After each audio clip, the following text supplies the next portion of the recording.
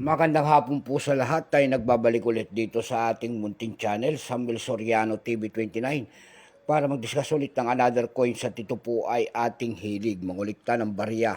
Kaya tayo nandito nagsiselling ng kanilang mga alaga ang presyo po ng ating mga coins na koleksyon. Magandang hapon po sa lahat ng ating mga kolektor dyan at mga numismatis po. Ayan. Papasalamat lamang tayo sa ating mga subscriber. Ayan po. Maraming salamat po sa lahat ng aking mga subscriber at 1K subscriber na po tayo. Thank you so much sa inyong lahat. Ayan, sa ating mga masugid po na tagapagsubaybay dito sa ating YouTube channel at 1K subscriber na po tayo. Maraming salamat sa inyo lahat po dyan. Ayan, thank you so much. Ayan, maraming salamat din po sa nanonood doon sa ating FB page, Samuel Soriano. Lahat po na nakapalo doon sa ating FB page ay maraming salamat po.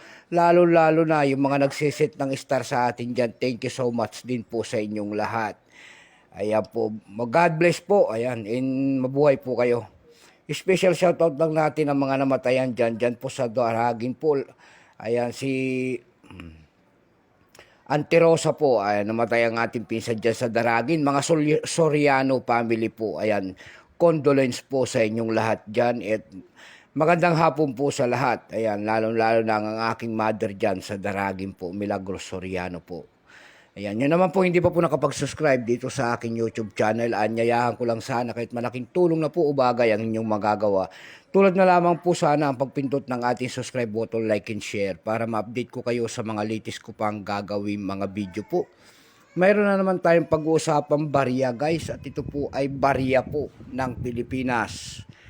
Ayan, 25 centimos po ni Juan Luna, year 1994 po. Nakapaloob po sa Flora and Fauna series. Ayan.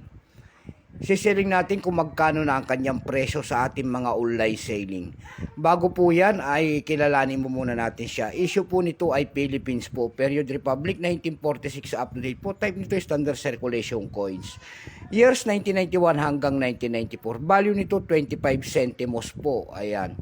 Kitang-kitang paro-paro po. Ayan. Pagkatalikod naman po natin makikita natin ang isang paro-paro po. Pero ang scientific name po niyan ay Graphium idiodes.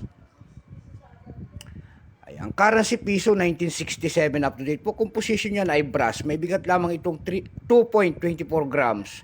May haba po itong 16 mm. May kapal po naman itong 1.4 mm. Hugis po bilog. Orientation nito ay medal alignment. Itinigil naman ang paggamit sa barya na ito ng Pilipinas noong January 2, 1998. Number NDAS18810. Reference number KM-241-A.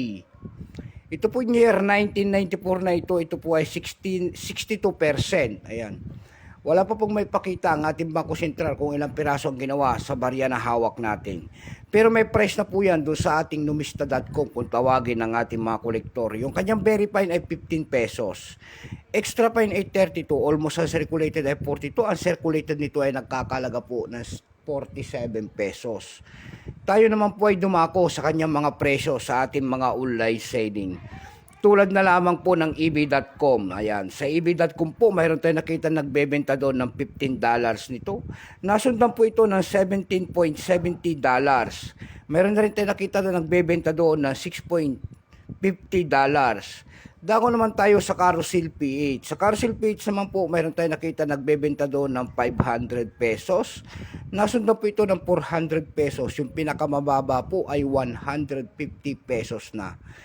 Ayan lamang po ang ating may babahaging kanyang presyo. Keep safe po sa lahat in God bless.